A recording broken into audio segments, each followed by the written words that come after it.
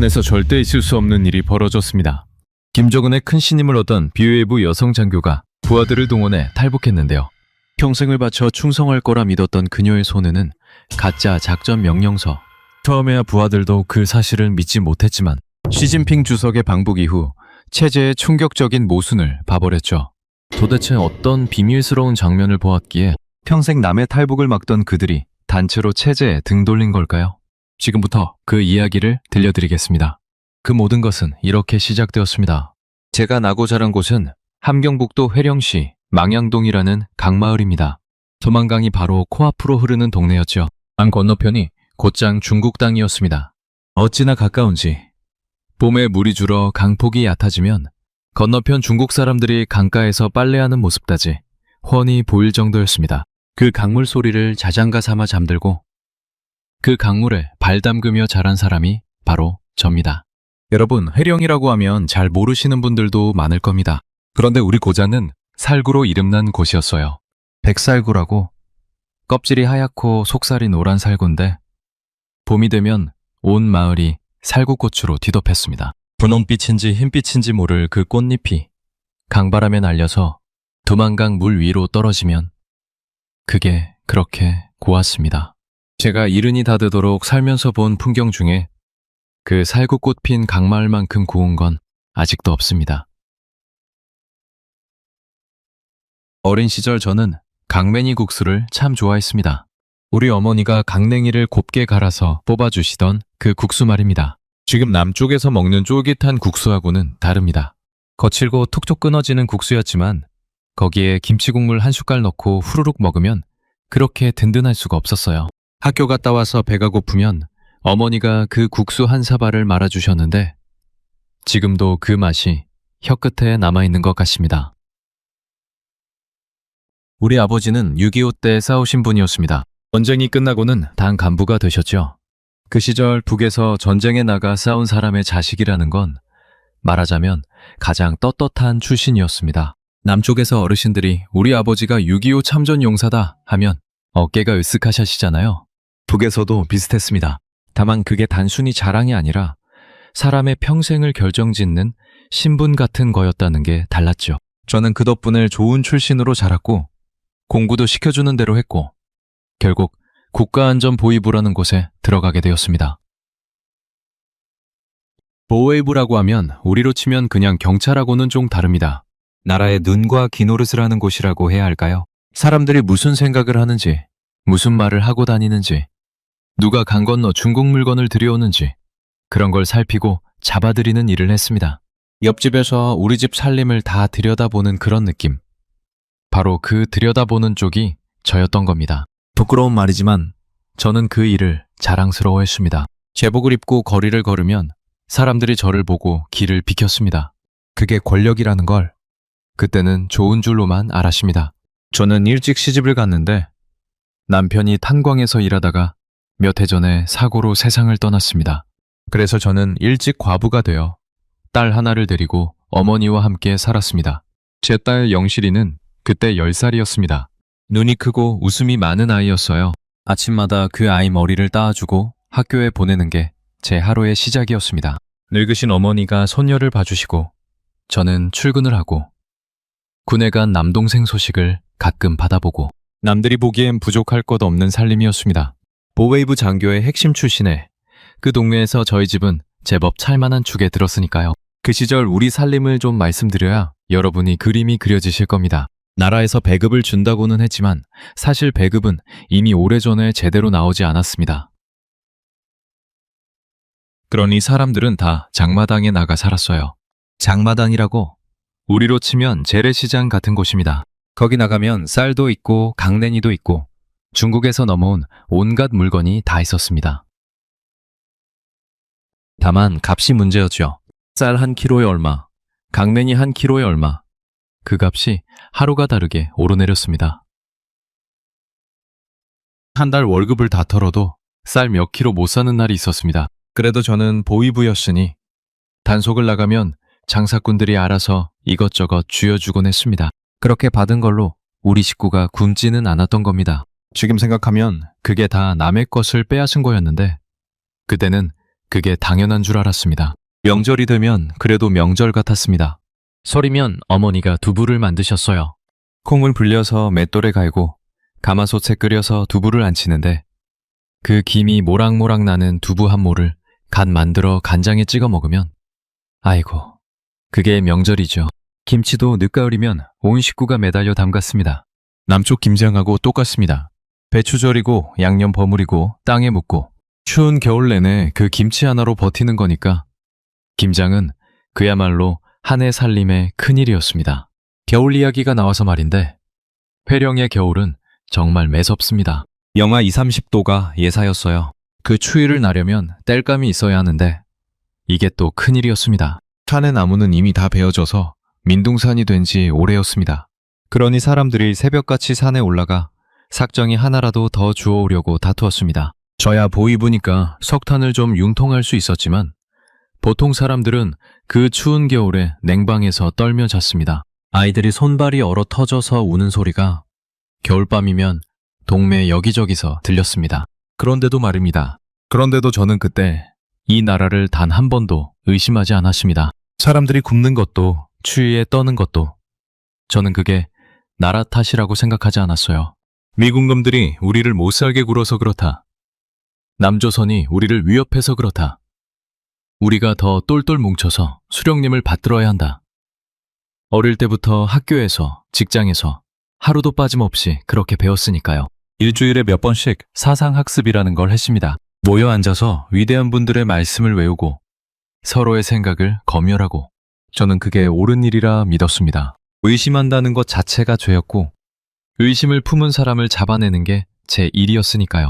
여러분도 아시다시피 사람은 자기가 발 딛고 선 세상이 전부인 줄 알고 삽니다. 저도 그랬습니다. 강 건너 중국에서 밤마다 불빛이 환하게 켜지는 걸 보면서도 저 너머에 어떤 세상이 있는지 굳이 생각하지 않으려 했습니다. 우리가 제일 잘 산다. 우리가 제일 행복하다. 그렇게 믿어야 마음이 편했으니까요. 제가 하던 일을 조금 더 말씀드리면 이렇습니다. 저는 강가 초소들을 관리하고 동네마다 심어둔 정보원들을 챙기는 일을 맡았습니다. 정보원이라는 게 별것 아닙니다. 그냥 평범한 동네 사람인데 옆집이 무슨 말을 하는지, 누구네가 한국 노래를 몰래 듣는지 그런 걸 저한테 일러 바치는 사람들이었어요. 한 동네에 그런 사람이 몇씩 심겨 있으니 사람들은 친한 이웃 앞에서도 함부로 입을 열지 못했습니다. 저는 그 그물을 짜는 사람이었습니다. 누가 누구를 못 믿게 만드는 일. 그게 제 일이었던 겁니다. 그러면서도 저는 그게 나라를 지키는 일이라 굳게 믿었습니다. 순찰을 돌 때면 강 건너편을 늘 살폈습니다. 어느 초소가 언제 교대를 하는지, 어느 시간에 누구 눈이 비는지, 강물이 어디가 얕고 어디가 깊은지 그런 걸 저는 손바닥 들여다보듯 훤히 알았습니다. 사람들을 도망치지 못하도록 막는 게 제 임무였으니까요. 그때는 몰랐습니다. 훗날 바로 그 손바닥 같은 지식이 저 자신을 강 건너로 데려다 줄 줄은요. 그런데 딱 한 가지 아주 작은 일이 자꾸 마음에 걸리기 시작했습니다. 제가 단속을 나가면 잡혀 들어오는 사람들 중에 죄라고 할 것도 없는 사람들이 많았습니다. 그저 배가 고파서 강 건너 친척에게 강냉이 좀 얻으러 갔던 하나.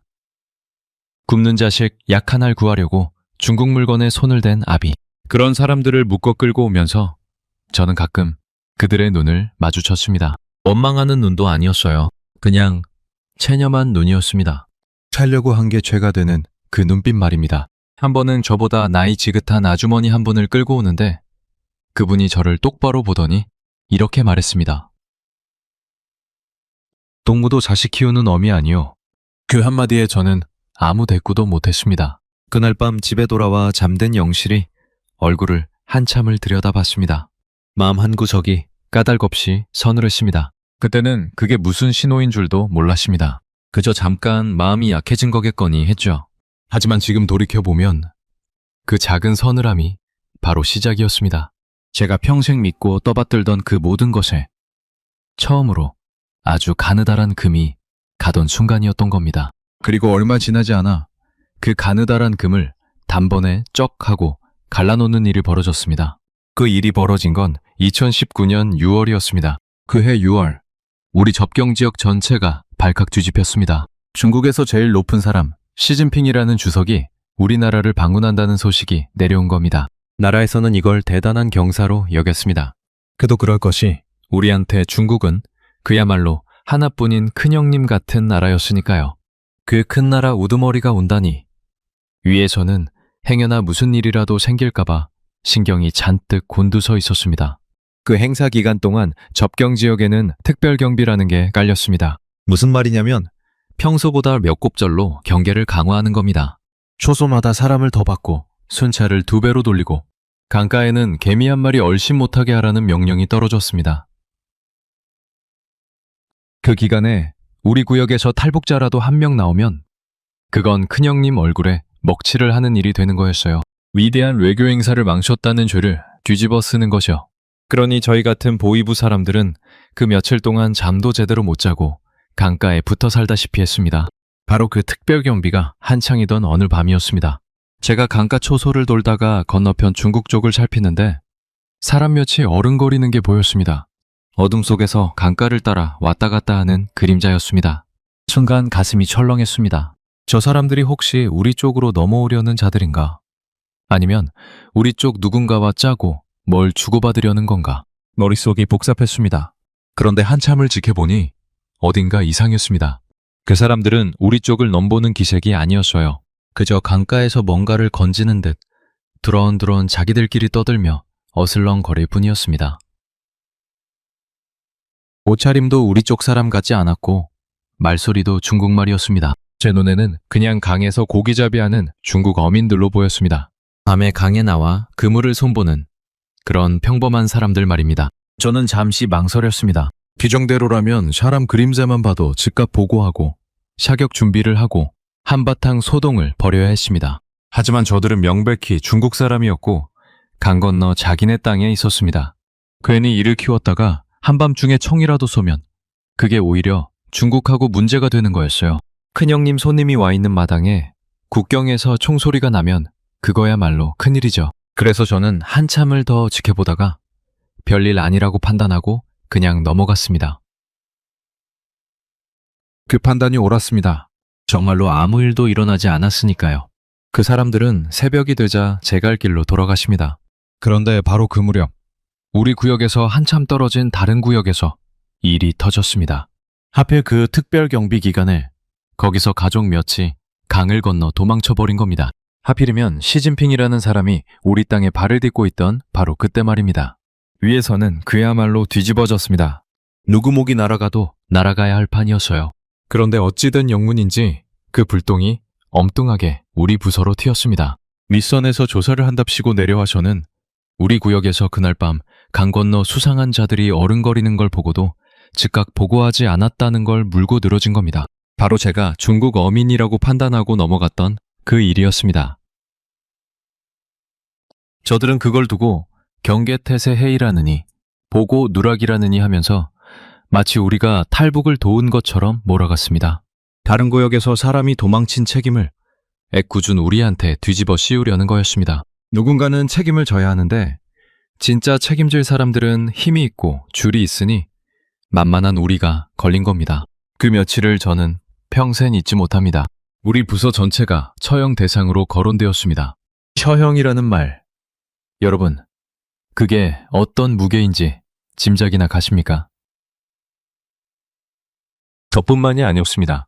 저를 따르던 도화들, 함께 강가를 지키던 동료들, 그 사람들 전부가 한꺼번에 목숨이 왔다 갔다 하게 된 겁니다. 다들 자식이 있고 부모가 있는 사람들이었습니다. 누구는 갓난아이가 있었고 누구는 늙은 어머니 한 분을 모시고 살았습니다.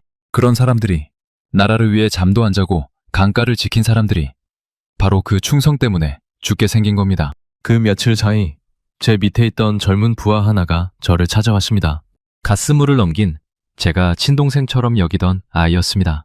그 애가 제 손을 붙잡고 떨리는 목소리로 묻더군요. 참이 동지, 우리가 정말 죽습니까? 우리가 뭘 잘못했길래요? 저는 아무 대답도 해줄 수가 없었습니다. 그의 눈에 그렁그렁 맺힌 눈물을 보면서 저는 처음으로 제 입에서 나오려는 말을 꾹 삼켰습니다. 우리는 아무 잘못도 없다는 말이요. 그 말을 입 밖에 내는 것 자체가 이 나라에서는 또 다른 죄가 될 수 있었으니까요. 잘못이 없다고 말하는 것조차 죄가 되는 곳. 그게 제가 살던 나라였습니다. 또 다른 동료 하나는 그 며칠 동안 아예 술에 절어 살았습니다. 늙은 어머니 한 분을 모시고 사는 사람이었는데 자기가 죽으면 그 어머니는 굶어 죽을 게 뻔하다며 밤마다 울었습니다. 그렇게 우리는 서로의 얼굴에서 똑같은 공포를 읽으며 그 며칠을 버텼습니다. 그때 함께 떨던 그 얼굴들이 훗날 저와 생사를 같이 하게 될 사람들이었습니다. 조사를 받으러 불려다니던 그 며칠 밤, 저는 잠을 이루지 못했습니다. 집에 돌아와 잠든 영실의 얼굴을 보면 가슴이 무너졌습니다. 내가 처형당하면 이 아이는 어찌 되나. 처형당한 보위부원의 자식, 그 낙인을 안고 이 아이가 어떻게 살아가나. 늙으신 어머니는 또 어찌 되나. 머릿속에 그 생각만 가득했습니다. 나라를 위해 평생을 바친 대가가 고작 이것이란 말인가. 그 물음이 밤새 저를 놓아주지 않았습니다. 그런데 며칠 뒤 어처구니 없는 결말이 났습니다. 윗선에서 그날 밤 강 건너의 그 사람들을 끝내 조사했는데 알고 보니 정말로 그냥 중국 어민들이었던 겁니다. 제가 처음 본 그대로 고기 잡으러 나온 평범한 중국 사람들, 우리 쪽으로 넘어올 생각도, 누구와 짜고 뭘 할 생각도 없는 사람들이었습니다. 다시 말해, 저는 처음부터 끝까지 아무 잘못도 하지 않았던 겁니다. 제 판단이 처음부터 정확히 옳았던 거예요. 그제야 처형이니 뭐니 하는 이야기가 슬그머니 들어갔습니다. 한바탕 소동이 지나가고 우리는 간신히 목숨을 건졌습니다. 하지만 윗선에서는 미안하다는 말 한마디 없었습니다. 그저 이번엔 넘어가 준다는 식이었어요. 마치 큰 은혜라도 베푸는 것처럼 말입니다. 그 무렵 텔레비전에서는 연일 방북 경축 방송이 흘러나왔습니다. 두 나라 우두머리가 환하게 웃으며 손을 맞잡고 꽃다발을 든 아이들이 줄지어 서서 만세를 부르고 온 나라가 경사났다며 떠들썩했습니다. 저는 그 화면을 멍하니 바라봤습니다. 바로 저 행사 때문에 죄 없는 우리 부서원 전부가 죽을 뻔했는데 화면 속 세상은 더없이 화려하고 평화로웠습니다. 그 두 세상의 거리가 너무나 멀어서 저는 그만 헛웃음이 났습니다. 여러분, 바로 그때였습니다. 제 마음속에서 무언가가 와르르 무너진 게요. 저는 그날 밤 집에 돌아와 한참을 멍하니 앉아 있었습니다. 6.25 같은 전쟁통에도 이렇게 사람 목숨을 함부로 다루지는 않았다는데 이게 대체 무슨 나라인가 싶었습니다. 잘못한 게 없는 사람을, 충성을 다한 사람을 그저 누군가 책임을 떠넘길 때가 필요하다는 이유 하나로 죽이려 들다니요. 나라가 사람을 지키는 게 아니라 사람을 소모품처럼 쓰다 버리는 거였습니다. 필요하면 쓰고 거치적거리면 죽이고. 그날 처음으로, 정말 처음으로 저는 생각했습니다. 뭔가 단단히 잘못되었다. 평생 제가 떠받들던 그 나라가 처음으로 무섭게 느껴졌습니다. 강 건너 중국 어민을 살려준 게 죄가 되는 나라, 살려준 일이 죽일 이유가 되는 나라, 그런 나라의 칼을 제가 바로 그 손으로 다른 사람들에게 휘둘러 왔다는 사실이 그제야 등골을 서늘하게 했습니다. 하지만 그때까지만 해도 저는 떠날 생각까지는 하지 못했습니다. 그저 마음 한구석이 무너졌을 뿐. 여전히 이 땅에서 어떻게든 버티며 살아야 한다고 믿었으니까요. 그 무너진 마음을 완전히 갈라놓은 건 그로부터 얼마 지나지 않아 제 두 눈으로 똑똑히 보게 된 또 다른 일들이었습니다. 우리가 그 처형 소동에서 어떻게 살아남았는지 그 속사정을 이제 말씀드려야겠습니다. 우리가 목숨을 건진 건 정의가 살아있어서가 아니었습니다. 죄가 없다는 게 밝혀져서도 아니었어요. 돈이었습니다. 뇌물 말입니다. 조사가 한창일 때 우리 부서에서는 살아남기 위해 돈을 긁어모았습니다. 집집마다 숨겨둔 돈을 털고 강 건너 장사로 모은 외화를 끌어모아 위에 있는 사람들 손에 쥐어주었습니다. 그 돈이 윗선의 누구누구에게 어떻게 흘러갔는지 저는 그 과정을 가까이서 지켜봤습니다. 그러면서 제 두 눈으로 똑똑히 보게 된 게 있습니다. 바로 그 윗사람들의 살림이었습니다. 저는 어느 높은 간부의 집에 심부름을 갈 일이 있었습니다. 그 집에 들어선 순간 저는 입을 다물 수가 없었습니다. 거기엔 없는 게 없었습니다. 강 건너 중국에서 들여온 텔레비전이며 냉장고며 번쩍거리는 물건들이 그득했습니다. 남쪽 물건도 있었습니다. 한국 화장품, 한국 약, 한국 옷. 제가 평생 단속해온, 손만 대도 수용소에 끌려갈 바로 그 물건들이었습니다.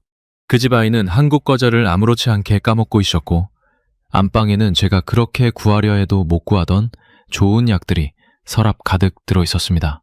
마당 한쪽에는 쌀가마니가 그득 쌓여 있었습니다. 우리 동네 사람들은 강냉이 한 줌이 없어 풀을 뜯어 먹는데 이 집은 흰쌀밥을 몇 끼니 지어 먹고도 남아돌아 가마니째 쌓아두고 있었던 겁니다. 부엌에서는 고기 굽는 냄새가 풍겨나왔습니다. 명절에나 한 점 구경할까 말까 한 그 고기를 이 집에서는 예사로 먹고 있었습니다. 저는 그 냄새를 맡으며 우리 동네에서 명절에 두부 한 모 만들어 온 식구가 나눠 먹던 일을 떠올렸습니다. 같은 하늘 아래, 같은 나라 안에서 사람이 이렇게 다르게 살 수 있다는 게 도무지 믿기지 않았습니다. 저는 그 순간 머리를 한 대 얻어맞은 것 같았습니다. 제가 떠올린 건 몇 해 전 제 손으로 잡아놓은 한 여인이었습니다. 그 여인은 폐병을 앓는 자식의 약을 구하려고 강 건너에서 약 몇 알을 들여왔다가 제 손에 붙들려 갔습니다. 외부 물건에 손을 댔다는 죄였지요. 그 여인은 끌려가며 울부짖었습니다. 우리 아이 약이요. 우리 아이가 죽소. 그래도 저는 규정대로 그 여인을 넘겼습니다. 그게 제 일이라고 믿었으니까요. 그 여인은 그 길로 관리소, 그러니까 수용소로 끌려갔고 다시는 돌아오지 못했습니다. 그 아이가 어찌 됐는지도 저는 모릅니다. 그런데 바로 그 똑같은 죄를 이 간부는 온 집안 가득 저지르고 있었습니다. 한 사람은 자식 약 몇 알에 목숨을 잃었는데 한 사람은 그 약을 서랍째 쌓아두고도 떵떵거리며 살았습니다. 그제야 저는 깨달았습니다. 이 나라의 법이라는 건 모두에게 공평한 게 아니었습니다. 법은 아랫사람만 베는 칼이었습니다. 힘없는 사람은 강냉이 한 줌에도 잡혀갔지만 힘 있는 사람은 나라 곳간을 통째로 빼먹어도 멀쩡했습니다. 제가 그 칼을 쥐고 힘없는 사람들만 골라 배워왔던 겁니다. 집으로 돌아오는 길에 저는 우리 동네 사람들을 새삼 다시 보게 되었습니다. 늘 보던 풍경이었는데 그날따라 그게 다르게 보였습니다. 끼니를 거르는 집이 한둘이 아니었습니다. 하루 한 끼도 제대로 못 먹는 사람들이 수두룩했어요. 강냉이 죽이라도 끓이면 다행이고 그마저 없어 산에서 풀을 뜯어다 먹는 집도 있었습니다. 병이 나도 병원에 갈 엄두를 못 냈습니다. 약이 없으니까요. 그저 앓다가 낫기를 바라다가 그러다 세상을 뜨는 사람이 많았습니다. 겨울이면 땔감이 없어 냉방에서 자다 그대로 굳어버린 노인 이야기도 심심찮게 들렸습니다. 우리 옆집에는 어린 손주를 키우는 할머니가 한 분 사셨습니다. 그 집 손주가 그해 겨울 열병에 걸렸는데 약 하나를 못 구해 사흘 밤낮을 끙끙 앓았습니다. 할머니가 저를 찾아와 손을 비비며 사정했습니다. 보이부 동무님, 약 좀 구해줄 수 없겠소?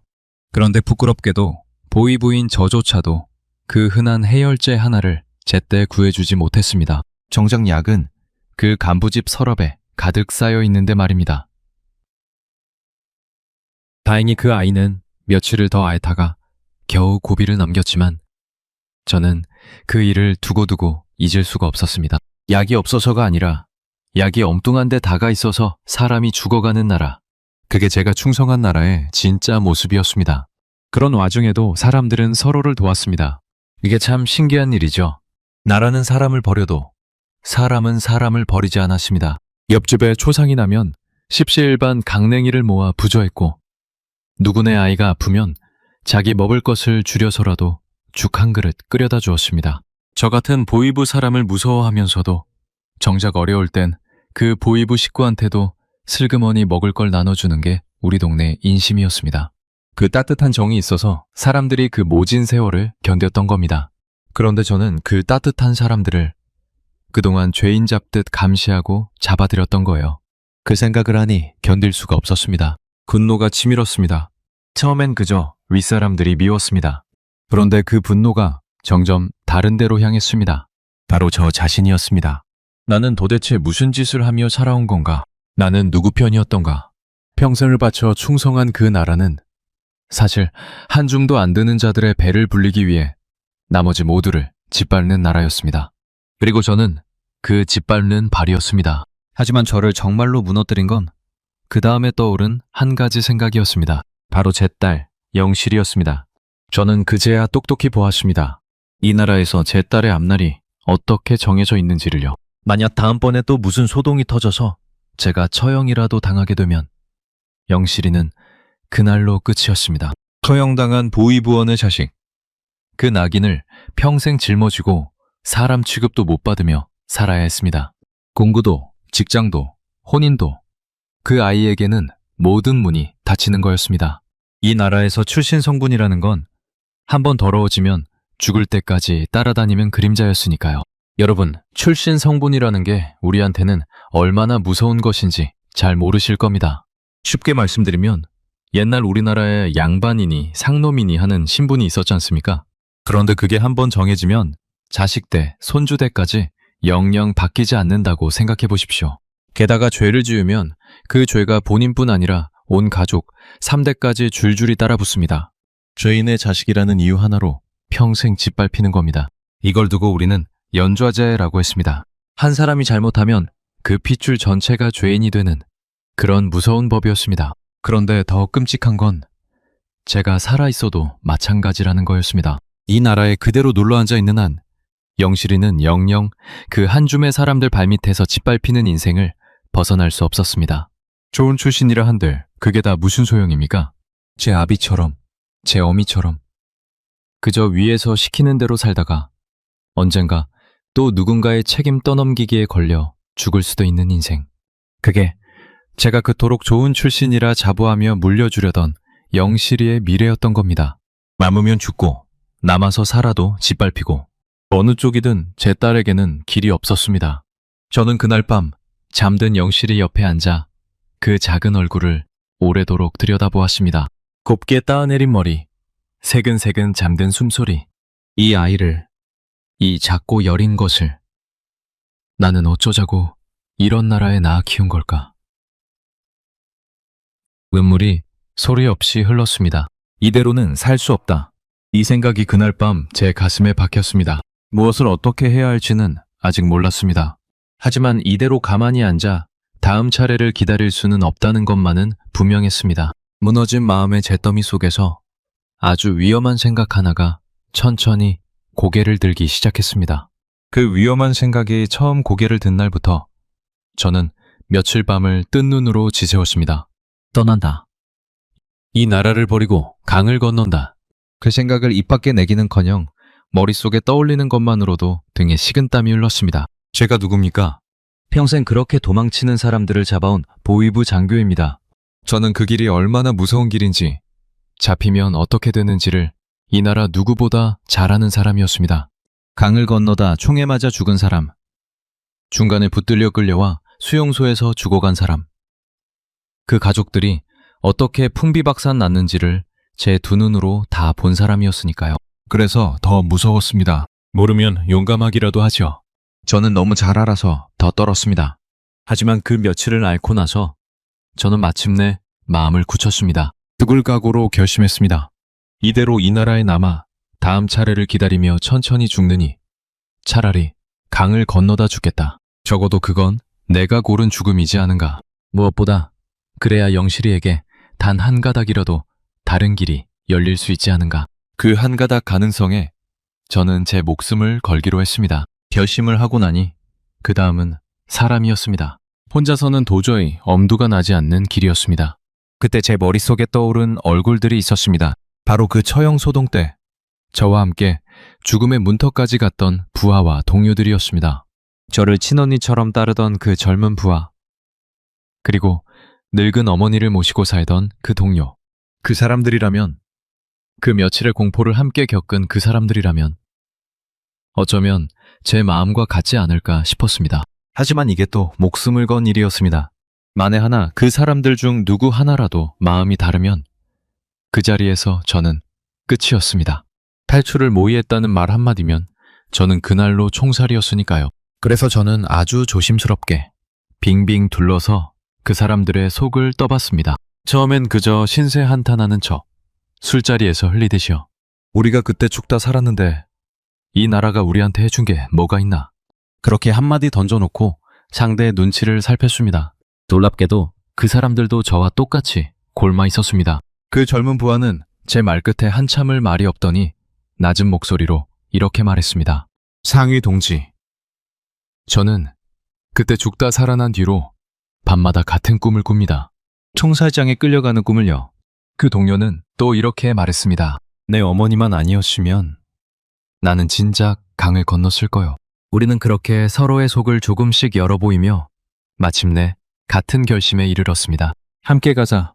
살아서 사람답게 살아보자. 그렇게 우리는 한 배를 탔습니다. 이제 길을 짜야 했습니다. 그런데 바로 이 대목에서 제 평생의 직업이 처음으로 저를 살리는 쪽으로 쓰였습니다. 저는 그 강가의 모든 것을 알았습니다. 어느 초소가 몇 시에 교대를 하는지, 그 교대 시간에 어느 구간에 눈이 잠깐 비는지, 강물이 어디가 얕아 사람이 걸어 건널 만한지, 순찰조가 어느 길로 돌아 어느 시각에 그 자리를 비우는지, 그건 제가 사람들을 못 건너가게 막으려고 평생 외워둔 것이었습니다. 그런데 이제 저는 그 똑같은 지식으로 저 자신과 제 동료들을 건너보내려 하고 있었습니다. 그 아이러니에 저는 헛웃음이 났습니다. 남의 탈출을 막던 자가 그 막던 재주로 자기 탈출을 꾸미고 있었으니까요. 가장 중요한 건 명분이었습니다. 보헤이브 사람 여럿이 한꺼번에 강가로 몰려가면 누구라도 의심할 테니까요. 그래서 저는 꾀를 냈습니다. 가짜 명령서를 만들기로 한 겁니다. 국경 일대에 밀수와 탈북 움직임이 있어 특별 검열과 단속을 나간다는 그럴듯한 공무 명령서였습니다. 제 위치에서는 그런 작전 명령서를 만들 줄도, 거기 필요한 도장과 서식을 구할 줄도 알았습니다.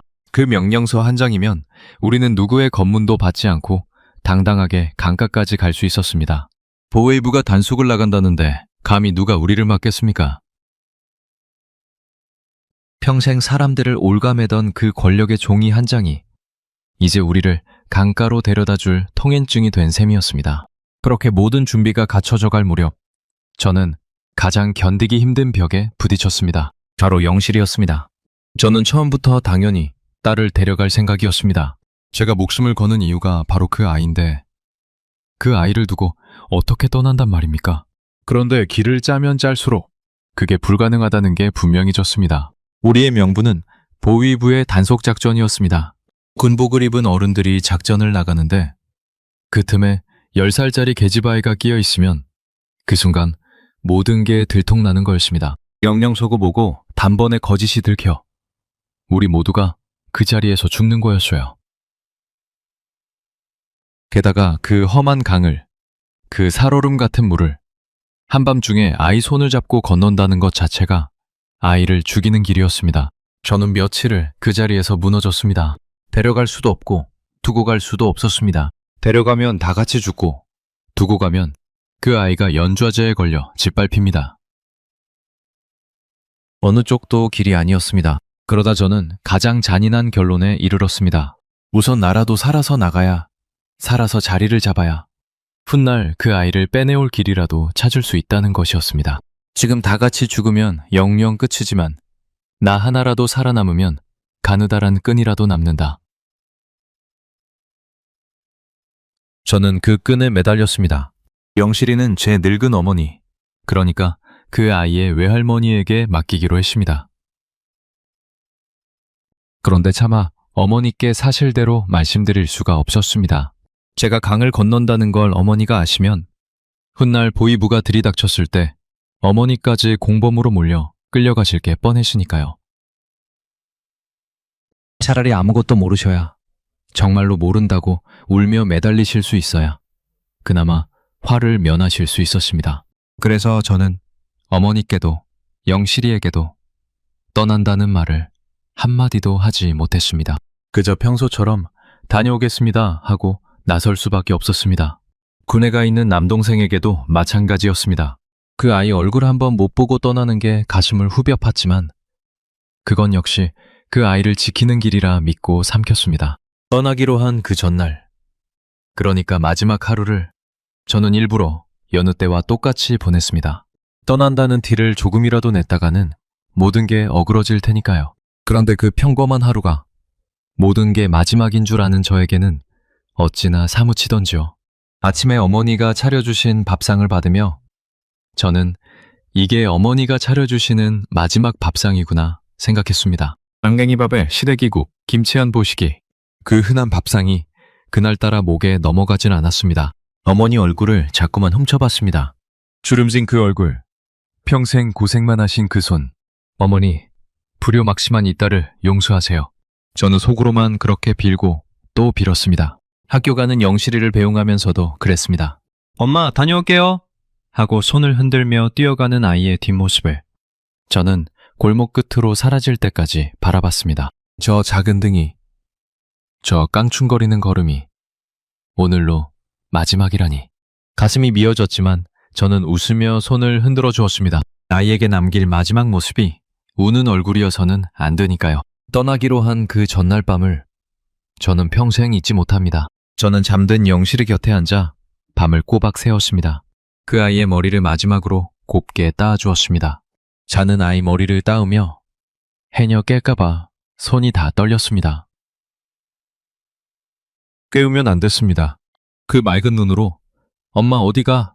하고 물으면 저는 그 자리에서 주저앉아 한 발짝도 못 뗄게 분명했으니까요. 저는 그 작은 얼굴에 흐르는 제 눈물을 닦고 또 닦았습니다. 행여 그 눈물 한 방울이 아이 뺨에 떨어져 아이가 깰까 봐서요. 저는 그 아이 베개 밑에 제가 가진 돈을 몰래 넣어두었습니다. 그리고 아이 귀에 입을 대고 들릴 듯 말 듯한 소리로 속삭였습니다. 영실아, 엄마가 꼭 데리러 올게. 꼭. 그때까지 건강하게만 있어다오. 아이는 잠결에 입맛을 한번 다시더니 돌아 누웠습니다. 그게 제가 본 딸의 마지막 모습이었습니다. 종이 트기 전, 아직 사위가 캄캄한 새벽에 저는 집을 나섰습니다. 문을 나서며 뒤를 돌아보았습니다. 어머니가 주무시는 방, 영실이가 잠든 방, 그 낮은 지붕 위로 새벽별이 떠 있었습니다. 찰구꽃이 피던 그 마당, 강맹이 국수 냄새가 나던 그 부엌, 제 평생이 담긴 그 집을 저는 두 눈에 꾹꾹 눌러 담았습니다. 다시는 못 볼지도 모르는 그 모든 것을요. 그리고 저는 돌아섰습니다. 두 다리가 후들거렸습니다. 무서웠습니다. 죽음이 무서운 게 아니라 이 길 끝에 딸을 영영 못 보게 될까봐 그게 무서웠습니다. 하지만 이미 주사위는 던져졌습니다. 동료들이 어둠 속에서 저를 기다리고 있었습니다. 저는 떨리는 다리에 힘을 주고 그 새벽 어둠 속으로 한 발을 내디뎠습니다. 그 새벽, 어둠 속에서 동료들이 저를 기다리고 있었습니다. 우리는 말없이 눈빛만 주고받았습니다. 서로의 얼굴에 떠오른 게 두려움인지 각오인지 그 어스름 속에서는 분간이 가지 않았습니다. 다만 한 가지는 분명했습니다. 이제 되돌릴 수 없다는 것. 우리는 이미 강 쪽으로 발을 뗀 사람들이었습니다. 먼저 그 가짜 명령서가 우리를 살렸습니다. 북경 일대 특별 검열, 밀수와 탈북 색출을 위한 단속 작전. 그 그럴듯한 종이 한 장을 앞세우고 우리는 보위부 차림 그대로 강가 구역을 향해 움직였습니다. 가는 길에 검문소가 몇 군데 있었습니다. 그때마다 제 심장은 목구멍까지 튀어올랐습니다. 행여 아는 얼굴이라도 만나면, 행여 누가 명령서를 꼼꼼히 들여다보기라도 하면 그 자리에서 모든 게 끝나는 거였으니까요. 한 검문소에서는 젊은 초병 하나가 차를 세우고 명령서를 한참이나 들여다봤습니다. 그 몇 초가 저에게는 몇 시간 같았습니다. 등줄기로 식은땀이 주르르 흘렀습니다. 저는 일부러 목소리를 깔고 평소 단속 나갈 때처럼 매섭게 한마디 했습니다. 뭘 그리 꾸물거리나? 잡전 시간 늦으면 자네가 책임질 텐가. 그 한마디에 초병은 화들짝 놀라 경례를 붙이고는 길을 열어주었습니다. 평생 사람들을 윽박지르던 그 말투가 그날은 제 목숨을 구한 겁니다. 차가 검문소를 빠져나가는 순간 저는 소리 없이 긴 숨을 내쉬었습니다. 그렇게 우리는 강가 구역에 닿았습니다. 이제부터가 진짜였습니다. 차에서 내려 우리는 미리 봐둔 지점으로 소리 없이 움직였습니다. 제가 평생 외워둔 바로 그 자리였습니다. 순찰조가 교대하는 시간. 그 짧은 틈에 초소와 초소 사이의 눈이 잠깐 비는 구간. 강물이 가장 얕아 사람이 걸어서 건널 만한 그 길목. 다른 사람들은 죽었다 깨어나도 모를 그 자리를 저는 손바닥처럼 알았습니다. 평생 그곳을 지키라고 외웠던 지식이 이제 그곳을 빠져나가는데 쓰이고 있었습니다.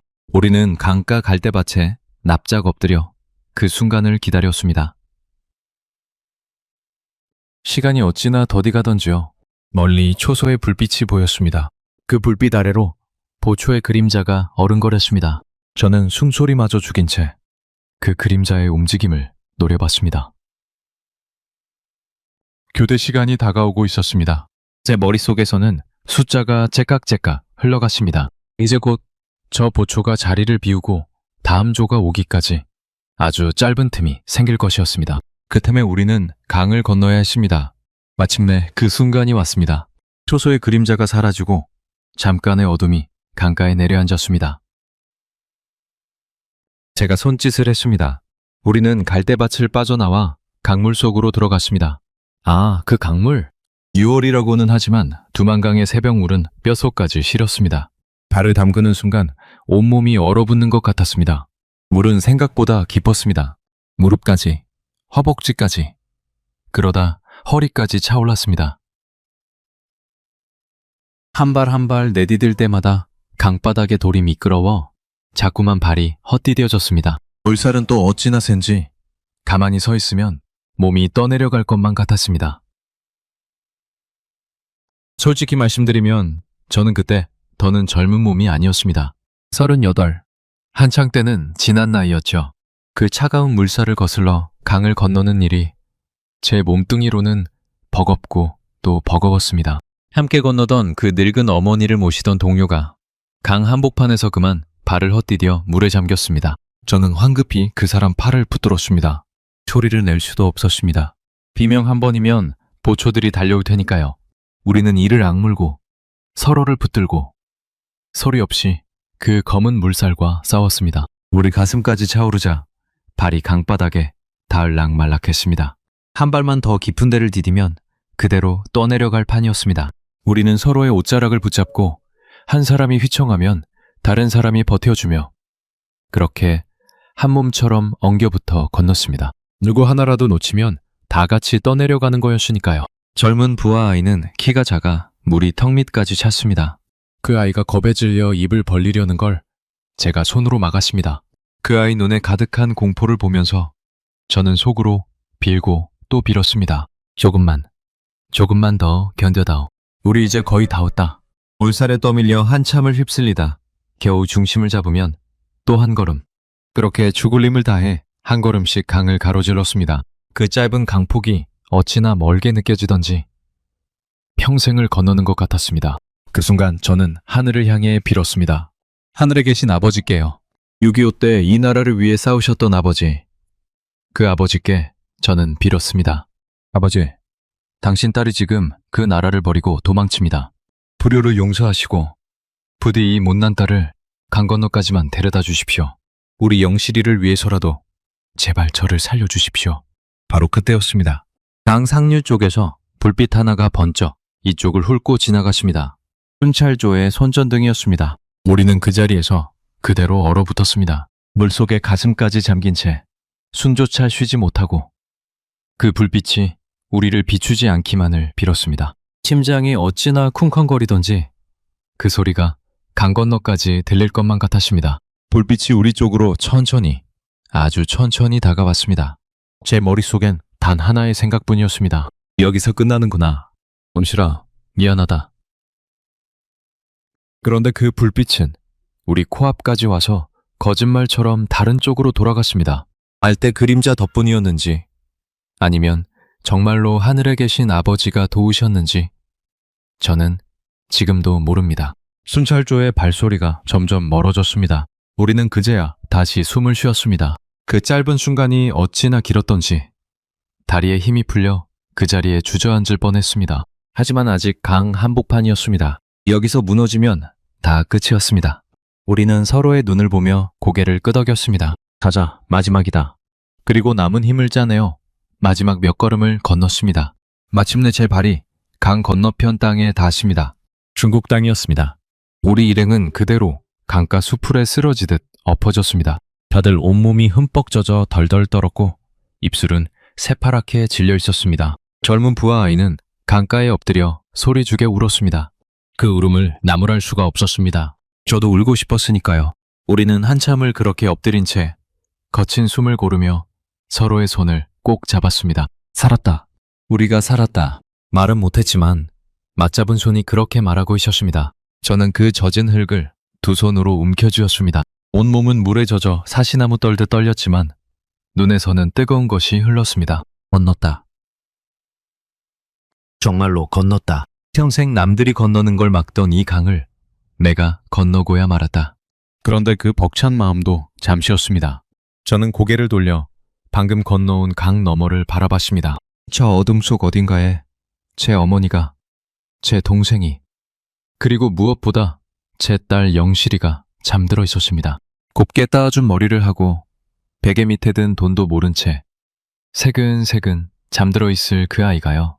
강 하나를 사이에 두고 저는 이제 그 아이와 다른 세상에 서 있었습니다. 손을 뻗으면 닿을 듯 가까운데 영영 닿을 수 없는 거리였습니다. 저는 강 건너 고향 쪽을 향해 어둠 속에서 깊이 머리를 숙였습니다. 그리고 마음속으로 다시 한번 약속했습니다. 영실아, 엄마가 꼭 자리 잡고 너를 데리러 올게. 이 강을 다시 건너서라도 꼭. 그 약속 하나를 가슴에 품고 저는 젖은 몸을 일으켜 낯선 땅의 어둠 속으로 걸음을 옮겼습니다. 자유를 향한 걸음이었지만 동시에 제 딸에게서 멀어지는 걸음이기도 했습니다. 강을 건넜으니 이제 살았구나. 자유를 얻었구나. 그 새벽 강가에서 저는 그렇게 생각했습니다. 하지만 그건 저의 큰 착각이었습니다. 강 하나 건넜다고 자유가 거저 주어지는 게 아니었습니다. 중국 땅에서의 하루하루는 어떤 면에서는 북에 있을 때보다 더 무서웠습니다.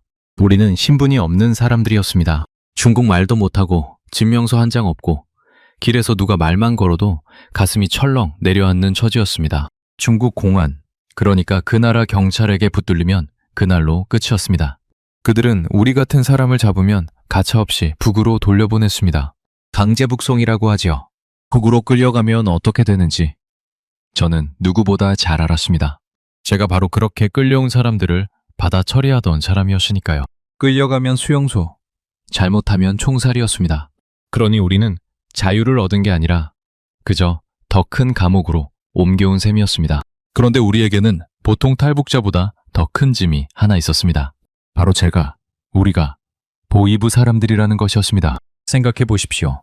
평범한 주민 한둘이 사라진 게 아니라 국경을 지키던 보이부 한 부서가 통째로 사라진 겁니다. 그게 북에서 얼마나 큰 사건이었겠습니까? 위에서는 발칵 뒤집혀 우리를 잡아들이려고 그야말로 눈에 불을 켰습니다. 중국 곳곳에 깔린 끈앞풀들에게까지 우리 인상착의가 뿌려졌습니다. 평생 사람들을 쫓던 제가 이제는 가장 악착같이 쫓기는 신세가 된 겁니다. 남을 잡던 그물에 이제 제가 걸려든 셈이었죠. 그 기막힌 처지에 저는 헛웃음조차 나오지 않았습니다. 그렇게 쫓기던 우리에게 손을 내밀어준 분들이 있었습니다. 바로 조선족 동포들이었습니다. 중국 땅에 살지만 우리와 같은 핏줄, 같은 말을 쓰는 분들 말입니다. 한 조선족 할머니가 우리를 거두어 주셨습니다. 그 할머니는 우리를 보자마자 사정을 다 짐작하셨습니다. 어디서 왔는지 묻지 않으마. 일단 들어와 몸부터 녹여라. 그러시며 따뜻한 강냉이죽 한 그릇씩을 내어주셨습니다. 그 죽 한 그릇을 받아들고 저는 그만 눈물이 핑 돌았습니다. 강을 건넌 뒤 처음으로 받아본 따뜻한 밥이었습니다. 같은 핏줄이라는 게, 말이 통한다는 게 그렇게 고마운 줄을 그때 처음 알았습니다. 그 할머니 댁에 숨어 지내는 동안 우리는 입에 풀칠이라도 하려고 닥치는 대로 일했습니다. 저는 한 식당 뒷방에서 설거지와 허드렛 일을 했습니다. 보웨이브 장교로 제복을 입고 사람들이 길을 비키던 제가 이제는 남의 나라 식당 구석에서 산더미 같은 그릇을 닦고 있었습니다. 손이 퉁퉁 붓도록 찬물에 그릇을 씻으면서도 행여 손님 중에 신고할 사람이 있을까봐 늘 고개를 숙이고 다녔습니다. 말을 못하니 더 서러웠습니다. 한국말을 한마디도 못하니 누가 뭐라고 하면 그저 웃거나 고개만 숙일 뿐이었습니다. 농사철이면 남의 밭에 나가 허리가 끊어지도록 일했습니다.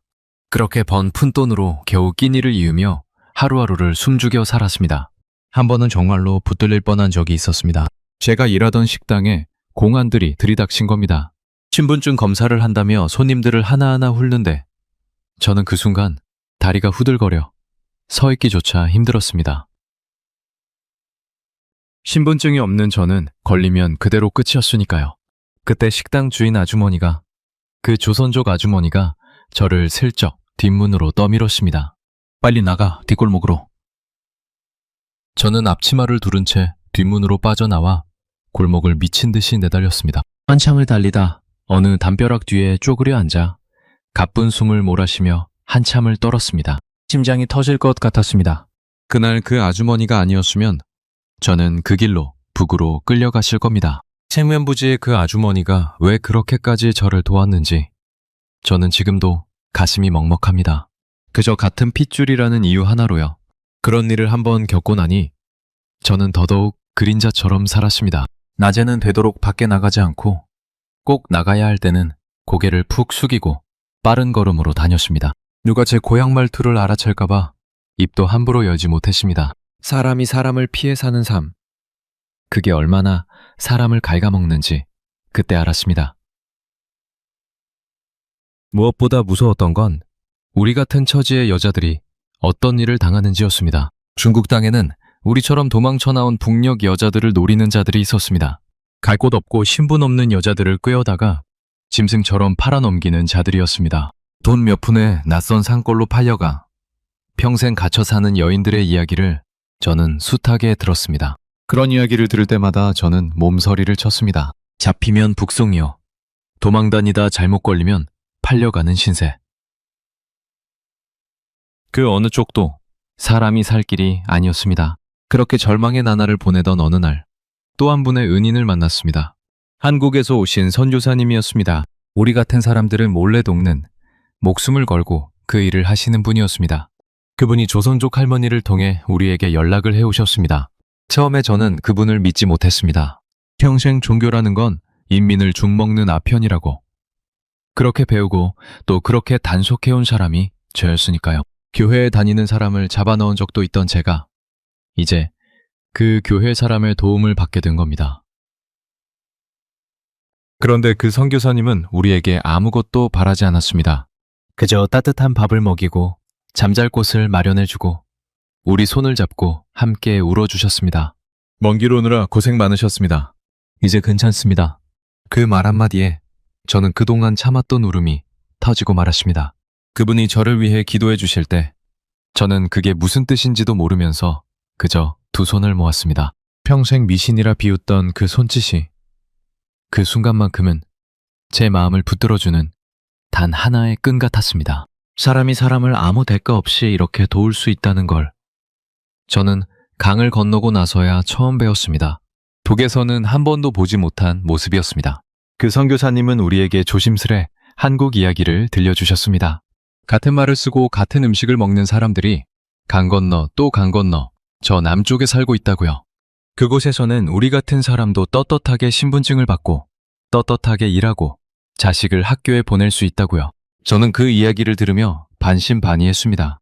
평생 남조선은 미국 놈들에게 짓밟히는 거지 소굴이라고 배웠으니까요. 그런데 그 선교사님의 얼굴을 그 따뜻한 눈빛을 보고 있자니 제가 평생 배운 것이 거짓일지도 모른다는 생각이 자꾸만 들었습니다. 그분들 덕분에 목숨은 부지했지만 중국에서의 삶은 결코 자유가 아니었습니다. 늘 쫓기고 늘 숨고 언제 붙들려 끌려갈지 모르는 하루하루.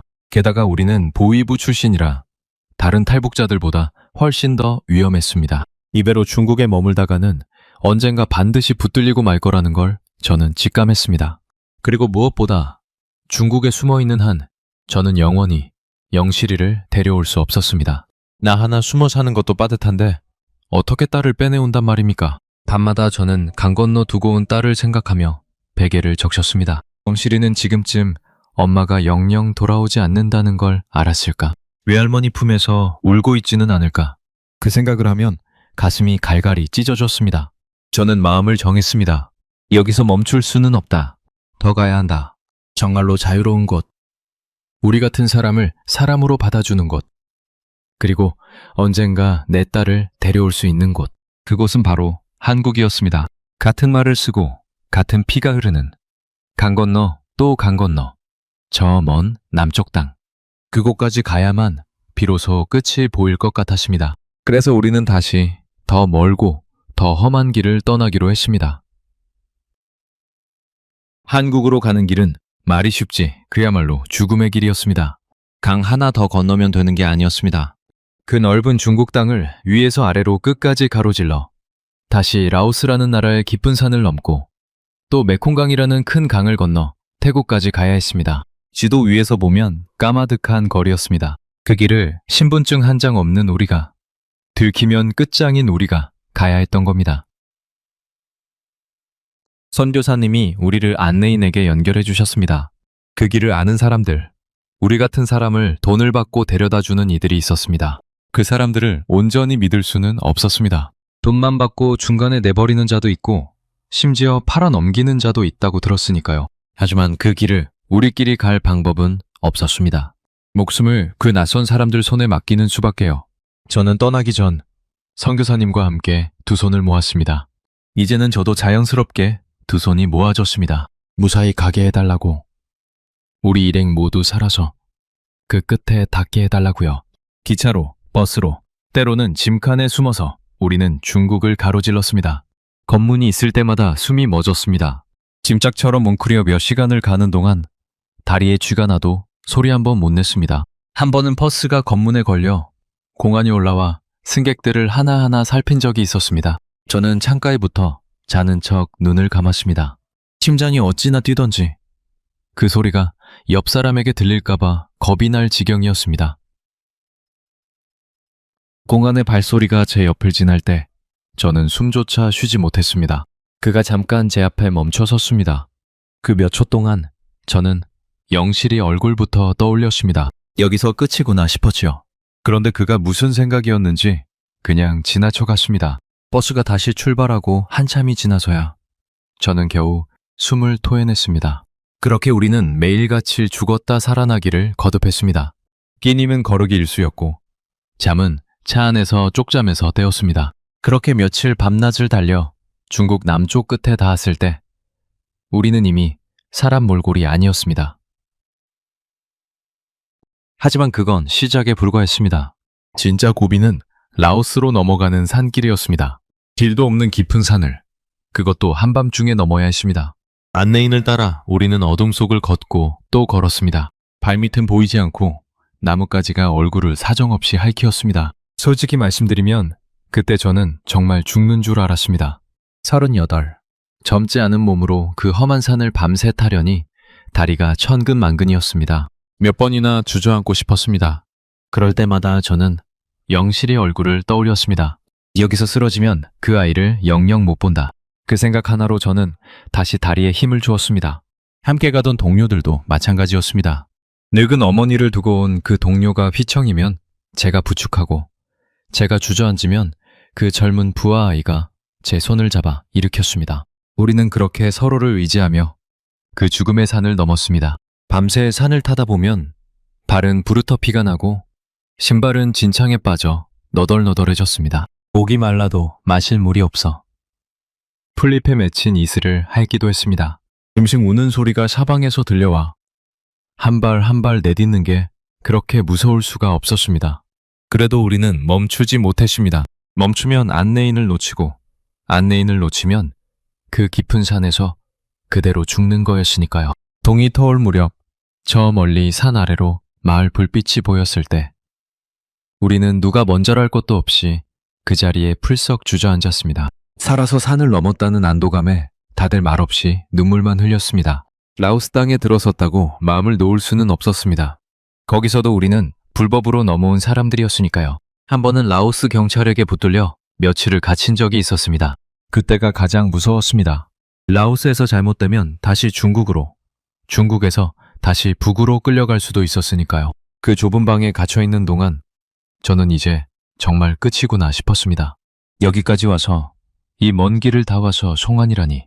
영실아, 엄마가 결국 너를 못 보는구나. 저는 차디찬 시멘트 바닥에 엎드려 밤새 빌었습니다. 그 갇힌 방에서 저는 동료들과 손을 맞잡고 버텼습니다. 젊은 부하 아이는 겁에 질려 자꾸만 울먹였습니다. 저는 그 아이를 다독였습니다. 여기까지 왔는데 여기서 끝날 리 없다. 우리가 어떻게 온 길인데 조금만 더 견디자. 사실 저 자신도 믿지 못하면서 그 아이 앞에서는 강한 척했습니다. 그게 윗사람 된 도리라고 생각했으니까요. 다행히 그곳까지도 한국 사람들의 손길이 닿아 있었습니다. 누군가가 손을 써준 덕분에 우리는 며칠 만에 그곳에서 풀려날 수 있었습니다. 그 며칠이 저에게는 몇 년 같았습니다. 풀려나던 날, 저는 하늘을 올려다보며 또 한 번 두 손을 모았습니다. 보이지 않는 손이 우리를 여기까지 이끌어주고 있다는 걸. 그때쯤 저는 더 이상 의심하지 않게 되었습니다. 마지막 관문은 메콩강이었습니다. 라오스와 태국 사이를 흐르는 그 큰 강을 건너야 비로소 살 길이 열렸습니다. 우리는 한밤중에 작은 배에 올라 그 강을 건넜습니다. 두만강을 건너던 그 새벽이 떠올랐습니다. 그때는 고향을 등지는 간이었는데 이 강은 새 삶으로 들어서는 간이었습니다. 배가 강 한복판을 지날 때 저는 검은 강물을 내려다보며 생각했습니다. 내가 이 모든 강을, 이 모든 산을 넘어 여기까지 왔구나. 살아서 여기까지 왔구나. 태국 땅에 발을 디딘 우리는 이번에는 도망치지 않고 오히려 그 나라 관청을 찾아갔습니다. 이상하게 들리시겠지만 태국에서는 그게 한국으로 가는 길이었습니다. 우리 같은 사람은 그곳에서 한국행 절차를 밟을 수 있었으니까요. 수용소 같은 곳에서 여러 날을 기다려야 했지만 그곳은 적어도 북으로 끌려갈 걱정은 없는 곳이었습니다. 그 며칠을 기다리는 동안 마침내 한국 공관에서 사람이 나왔습니다. 한국 영사관 직원분들이 우리 앞에 섰을 때 저는 그 순간을 평생 잊지 못합니다. 그분들은 우리와 똑같은 말을 썼습니다. 억양은 조금 달랐지만 분명 우리말이었습니다. 그분들이 부드러운 목소리로 이렇게 말했습니다. 고생 많으셨습니다. 이제 한국으로 모시겠습니다. 그 한마디에 그동안 이를 악물고 버텨온 모든 것이 한꺼번에 무너져 내렸습니다. 저는 그 자리에 주저앉아 엉엉 울었습니다. 동료들도 다 같이 울었습니다. 다 큰 어른들이, 그 험한 길을 다 견뎌온 사람들이 어린아이처럼 울었습니다. 살았다. 우리가 정말로 살았다. 두만강을 건넌 그 새벽부터 이 태국 땅까지 얼마나 많은 강을 건너고 얼마나 많은 산을 넘었던가요? 얼마나 많은 밤을 죽음의 문턱에서 떨었던가요? 그 모든 길의 끝에 마침내 우리를 사람으로 받아주는 손길이 있었습니다. 한국으로 가는 비행기에 오르던 날, 저는 창밖으로 펼쳐진 하늘을 오래도록 바라봤습니다. 이 하늘 아래 어딘가에 강 건너 저 북녘에 제 딸 영실이가 있었습니다. 저는 그 하늘을 향해 속으로 또 약속했습니다. 영실아, 엄마가 이제 진짜 자리를 잡으러 간다. 거기서 자리 잡고 무슨 수를 써서라도 너를 데려올게. 조금만 더 기다려다오. 비행기가 구름을 뚫고 솟아오르는 동안 제 가슴은 희망과 그리움으로 터질 것만 같았습니다. 이제 정말 새로운 삶이 시작되고 있었습니다. 처음 한국 땅을 밟았을 때 저는 한참을 멍하니 서 있었습니다. 여기가 정말 그 남조선인가? 평생 거지 소굴이라고 배웠던 그 땅인가? 그런데 제 눈앞에 펼쳐진 건 하늘을 찌를 듯한 건물들과 밤에도 대낮처럼 환한 불빛, 거리를 가득 메운 자동차들이었습니다. 저는 그제야 똑똑히 알았습니다. 제가 평생 배운 것이 모두 거짓이었다는 것을요. 한국에 온 우리는 먼저 하나원이라는 곳에서 지냈습니다. 우리 같은 사람들이 남쪽 생활에 적응하도록 도와주는 곳이었습니다. 거기서 저는 난생 처음 제 이름으로 된 신분증을 받았습니다. 그 작은 카드 한 장을 손에 쥐었을 때 저는 또 울었습니다. 이제 저는 쫓기는 사람이 아니었습니다. 숨어 다닐 필요도, 고개를 숙일 필요도 없었습니다. 떳떳하게 제 이름을 말하고 떳떳하게 길을 걸을 수 있는 사람이 된 겁니다. 그 평범한 일이 저에게는 꿈만 같았습니다. 남쪽 생활은 놀라움의 연속이었습니다. 여러분에게는 너무도 당연한 것들이 저에게는 하나하나가 기적 같았습니다. 동네 어귀마다 24시간 내내 문을 여는 가게가 있었습니다. 편의점이라고 하죠.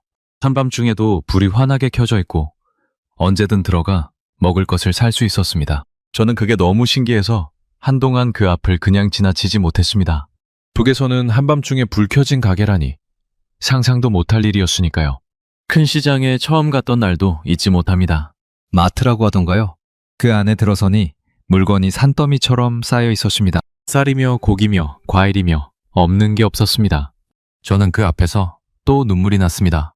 장랭이 한 줌이 없어 풀을 뜯어먹던 사람들, 약 하나를 못 구해 죽어가던 그 옆집 손주가 떠올랐으니까요. 같은 핏줄인데 한쪽은 이렇게 넘쳐나고 한쪽은 굶어 죽습니다. 그 생각을 하면 기쁘면서도 가슴이 미어졌습니다. 무엇보다 저를 놀라게 한 건 누구나 자기 생각을 말할 수 있다는 것이었습니다. 텔레비전에서 사람들이 나라님을 욕하는데도 아무도 잡혀가지 않았습니다. 인터넷이라는 걸로 저는 처음으로 북한의 진짜 모습을 찾아봤습니다. 제가 그 안에서 살 때는 결코 알 수 없었던 것들이 거기 다 있었습니다. 우리 수령님이라 떠받들던 분들의 진짜 살림살이.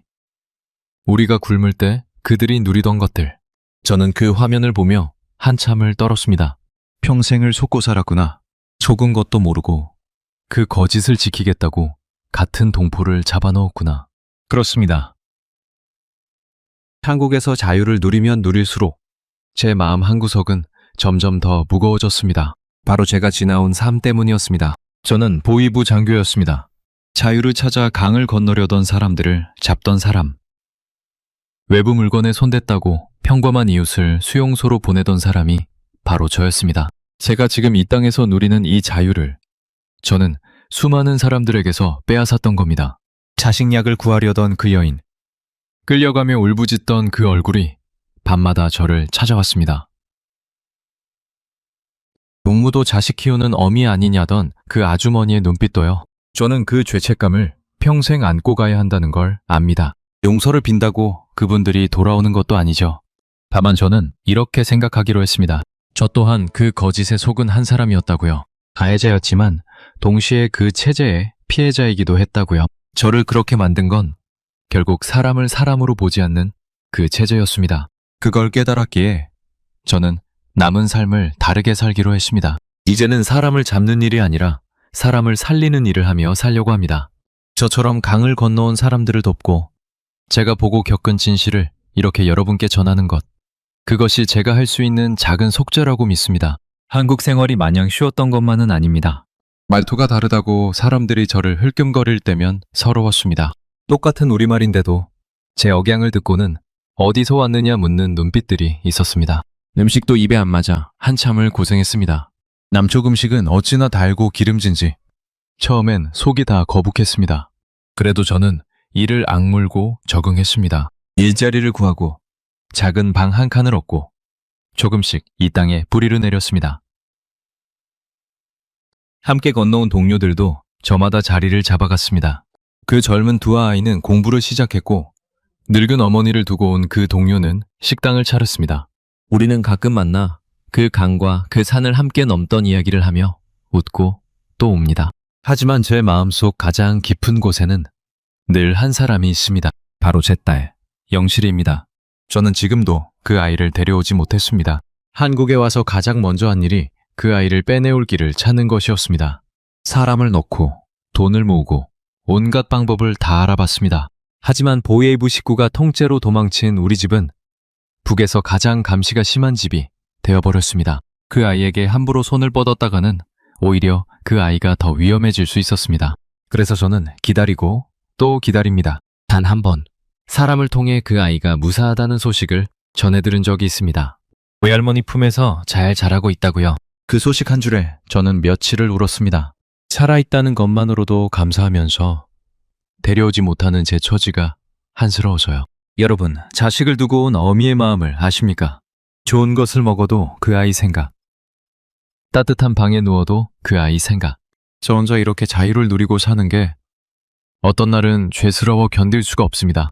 내가 잘한 선택이었을까? 차라리 함께 죽는 게 나았을까? 저는 지금도 그 답을 모릅니다. 다만 살아 있어야 언젠가 그 아이를 만날 수 있다는 것. 그 한 가닥 희망으로 저는 오늘도 버팁니다. 영실이는 이제 17. 처녀 티가 났겠죠. 엄마 얼굴을 아직 기억할까요? 엄마를 원망하고 있을까요? 그래도 저는 믿습니다. 언젠가 그 아이를 이 품에 다시 안을 날이 올 거라고요. 그리고 그 아이를 맡아 키우고 계신 제 어머니를 떠올리면 저는 또 한 번 무릎이 꺾입니다. 떠나는 새벽. 차마 깨우지 못하고 돌아섰던 그 주름진 얼굴. 어머니는 딸이 도망친 걸 아시고 얼마나 놀라셨을까요? 보웨이브가 들이닥쳐 추궁할 때 얼마나 무서우셨을까요? 이른이 넘은 노인이 어린 손녀를 끌어안고 그 모진 세월을 견디고 계실 걸 생각하면 저는 불효도 이런 불효가 없다 싶어 가슴을 칩니다. 군에가 있던 제 남동생은 또 어찌 되었는지, 누나 때문에 앞길이 막히지는 않았는지 저는 아직도 알지 못합니다. 그 소식조차 들을 길이 없다는 것이 갈라진 땅에 산다는 것에 진짜 아픔입니다. 그리고 저에게는 또 하나의 소원이 있습니다. 바로 통일입니다. 강 하나만 건너면 닿나면 그 가까운 고향을 저는 지금 갈 수가 없습니다. 부모님이 잠든 그 산천, 샬구꽃 피던 그 강마을, 제 어머니와 동생이 있는 그곳, 그 가까운 땅이 세상에서 가장 먼 곳이 되어버렸습니다. 같은 말을 쓰고 같은 피가 흐르는 한 민족이 강 하나를 두고 이렇게 영영 갈라져 살아야 한다는 게 저는 생각할수록 가슴이 미어집니다. 우리 어르신들이 6.25 때 헤어진 가족을 평생 그리워하셨듯이 저 또한 두고 온 가족을 그리워하며 늙어갑니다. 저는 간절히 바랍니다. 우리 세대에 살아있는 동안에 통일이 되기를요. 그래서 강을 건너다 죽을 걱정 없이 떳떳하게 기차를 타고 고향에 갈 수 있기를요. 우리 영실이 손을 잡고 살구꽃 핀 그 강마을을 다시 걷고 부모님 묘소에 술 한잔 올리고 제가 잡아놓았던 그분들을 찾아가 무릎 꿇고 용서를 빌 수 있기를요. 그날이 오기를 저는 매일같이 빌고 또 빕니다. 지나온 길을 돌아보면 저는 참 많은 강을 건넜습니다. 두만강을 건넜고 메콩강을 건넜고 무엇보다 거짓에서 진실로 건너왔습니다. 그 길에서 저는 사람의 따뜻함을 배웠고 자유의 소중함을 배웠고 제 잘못을 마주하는 법을 배웠습니다. 지금 제 삶은 부족하고 외롭지만 저는 매일 감사하며 삽니다. 떳떳하게 숨 쉴 수 있어서, 떳떳하게 제 이야기를 할 수 있어서 여러분 부디 기억해 주십시오. 저 강 너머에 아직도 수많은 영실이들이, 수많은 어머니들이 있다는 것을요. 그리고 자유라는 것이 누군가에게는 목숨을 걸어야 겨우 닿는 것이라는 것을요. 제 이야기가 그분들을 위한 작은 기도가 되기를 바랍니다. 그리고 언젠가 강을 건너지 않고도 모두가 만날 수 있는 그날이 오기를 이 못난 어미가 두 손 모아 빕니다. 들어주셔서 고맙습니다.